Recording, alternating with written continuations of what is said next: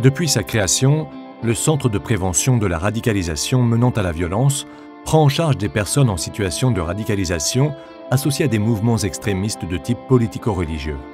À chaque fois, nous remarquons que ces individus ne se sont pas radicalisés brusquement, mais au contraire qu'ils ont suivi un long cheminement vers la violence.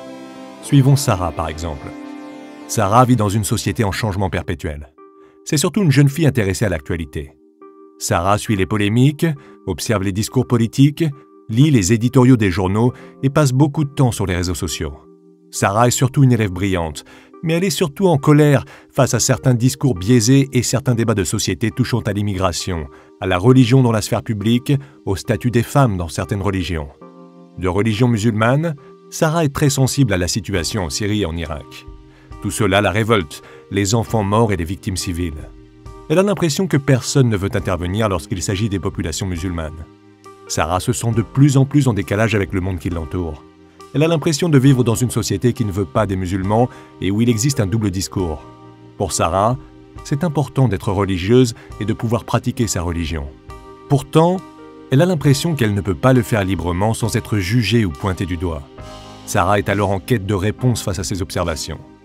Les réponses que Sarah obtient dans le monde réel ou virtuel sont variées, parfois modérées, mais aussi souvent de plus en plus radicales.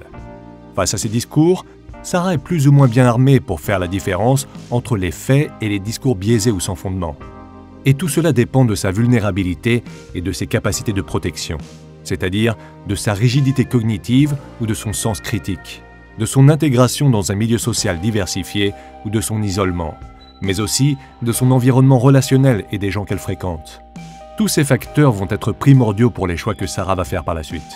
Sarah a échangé avec une personne qui lui a expliqué que les vrais musulmans n'avaient pas leur place au Québec et qu'elle devrait mieux partir vivre dans un vrai pays musulman à l'abri du matérialisme occidental. Que le devoir religieux d'un bon musulman, c'est aussi d'aider les autres musulmans en souffrance. Sarah s'est fait aussi insulter à 2 reprises depuis qu'elle a décidé de mettre le djilbab. Elle n'en peut plus des disputes avec ses parents qui n'acceptent pas son choix. Il faut ajouter à cela les regards tantôt suspicieux, tantôt réprobateurs que tout le monde lui jette dans la rue. Sarah a l'impression d'être visée personnellement. Sarah a maintenant une vision du monde plus tranchée. Elle tient à ses proches un discours de plus en plus intransigeant et polarisant. Pour elle, ses parents ont abandonné leur religion et ils ont oublié d'être des vrais musulmans. Sarah s'isole de ses amis qui ne comprennent plus son attitude. Elle, qui pratiquait assidûment le karaté, refuse désormais de faire un salut lors de ses pratiques. Elle ne veut plus se prosterner devant quelqu'un d'autre que Dieu. À l'école, elle se sent de plus en plus irritée par certains sujets sur la théorie de l'évolution de l'espèce humaine. Sarah en est désormais convaincue. Sa place n'est plus ici. Elle veut quitter le Québec pour vivre librement sa religion selon les vraies valeurs islamiques, rejoindre un groupe en Syrie par exemple qui défend l'islam et les musulmans. Elle ne veut pas aller combattre, mais elle veut aller aider, peut-être enseigner, s'occuper des orphelins ou se marier avec un combattant pieux. En tout cas, ça sera toujours mieux que le Québec. Sarah s'est lentement radicalisée. Elle se sent finalement prête à soutenir certains groupes extrémistes, à cautionner ou peut-être même planifier des actes violents et haineux envers d'autres groupes de personnes.